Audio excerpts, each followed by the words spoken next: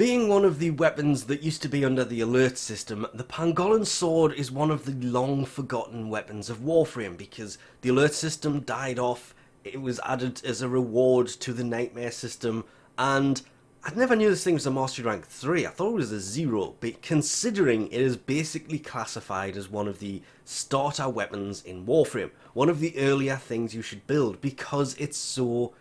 It used to be so easy to get. You just did a mission and got it as the reward from the alerts. But now there's a new one, the Pangolin Prime. 11 mastery rank level difference. The normal one's 3, this is 14. But the big question here, is it worth the extra 11 mastery levels before you can get this? Or should this have been a little bit lower? I'm guessing from this, it might be. I haven't used mine yet. If I put away the scanner, you can see it's... Oh, I'm using that. I've got the standard one in my hand. Yeah, that's because I haven't actually gone and equipped the Prime version. I was partway through doing the start of this and... What? 170 heavy gunner. Well, it's still a heavy though, it's a bombard. And one shot. May have to play with this a bit more. But, anyway, Pangolin sword. Getting a little distracted. For some reason is behind the Prime version because it goes alphabetically and they've dropped the word sword from the title of the weapon. So it's Pangolin Prime and Pangolin sword. But you can see, better crit multiplier, better damage everywhere. This was expected when they said they were making an alert based weapon. The heat daggers would be the same. Dark sword, same thing. They are low level weapons that people get to start playing the game because they used to be in alerts, now in Nightwave, that have to be made better. Much better. And it's nearly, not quite, but nearly 100 extra damage. Good on the heavy attacks as well. Kind of more importantly, it does come with an extra V polarity, so it now has 2 Vs instead of just the one that it came with. I did have a play with builds. Spoiled Strike, I reluctantly put that in there with no elemental damage. Honestly, it was that thing that kind of saved this with that crit chance, because upon heavy attacks, oh wow. Yeah, I was hitting 100,000 plus very frequently, and that actually amazed me with this, which is why I threw True Steel in, Organ Shatter, and tried the best. But yeah, this thing has some major downsides that actually had me landing on this as more of a... I really don't want to say build because I wish I had more time to actually play with this. I've 2 format into this and there's 3 points left available. There are many different ways that you can build this. You just have to remember, this is still a starter based weapon. It really did amaze me that this thing was taking on level 80 enemies with ease. The stance, however, I went through all 3 of the stances and I kind of remember why I originally put the single-handed sword away. I just prefer the... I want to say Crimson Dervish because I'm looking at it, but the two-handed one that makes you spin. I want to say... No, it's Cleaving Whirlwind I'm thinking of. It kind of suits the way that I play a little bit better for pulling melee out for quick melee. If you are going this only... I mean, Swooping Falcon was probably better than Vengeful Revenant.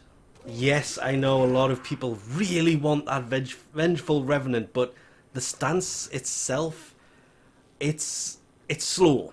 It's the best way I can put this. Swooping Falcon, a little bit faster. Crimson Dervish, it kind of has that whirlwind attack to it. Just depends on which one you're used to be honest, because that's pretty much all it comes down to. If you can match the stance up to the way that you play on this, single-handed swords have always been really good.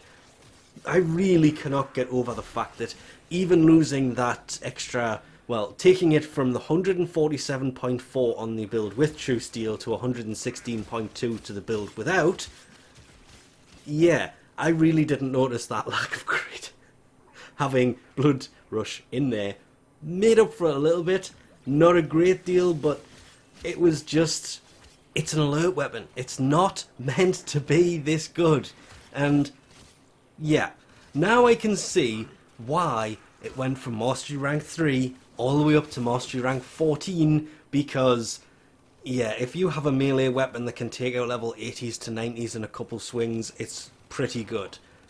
Prime Fury is overkill. Normal Fury, normal Reach will do perfectly fine on this. They're only on there because I have them. But 1.42 attack speed with Prime Fury in there turns this thing really quick. It is slow as you get it. That is what was annoying me more than anything else when I first started using this. Hence I swapped Reach for Fury, and you really do notice the fact that this only has a 2.5 meter range. It is a very close range, well, it's a melee weapon, they're all close range, but it's a really, really close range weapon that it makes it good for crowd control. If you jump into the crowd, add a bit of reach in there, take it over 5, you will notice the difference, and that really did make the biggest difference to this. That Riven, yeah, that turned it into just a complete crit monster.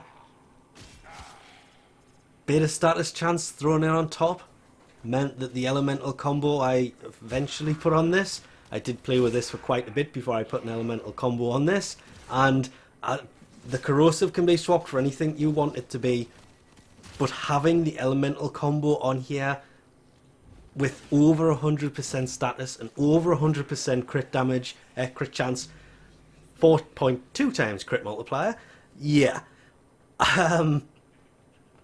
This thing, considering what it starts life out as, words really cannot say enough about this. The original one, it's an old Tenno clan blade. That's what the description has it as. And this, it literally describes this weapon down to a T, because being able to take out higher level enemies with a weapon that you just... The Pangolin is a long lost, forgotten weapon to so many players of Warframe out there. Having it turned into a Prime and having it actually work out to be so good with a standard 30% status chance with a 26% crit chance, just as it sits without having to do anything to it, and being able to get it over 100% on both. Hence the reason this thing ended up being so actually good, considering the original one is, compared to this, junk. It has an 8% crit chance. It's not really that good of a sword. It's a starter based weapon, hence Mastery Rank 3. Mastery Rank 14 with a massive buff to it.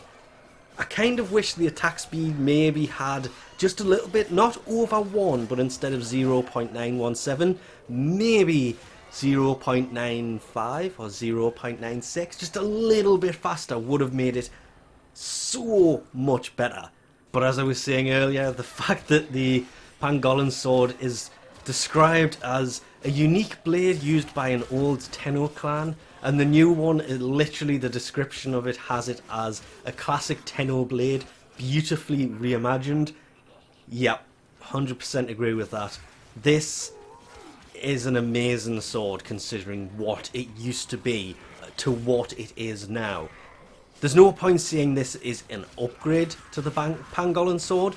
This is like an entirely different beast. It is beautifully reimagined. So, we'll leave this off here for now. Thanks for watching, and I'll catch you next time.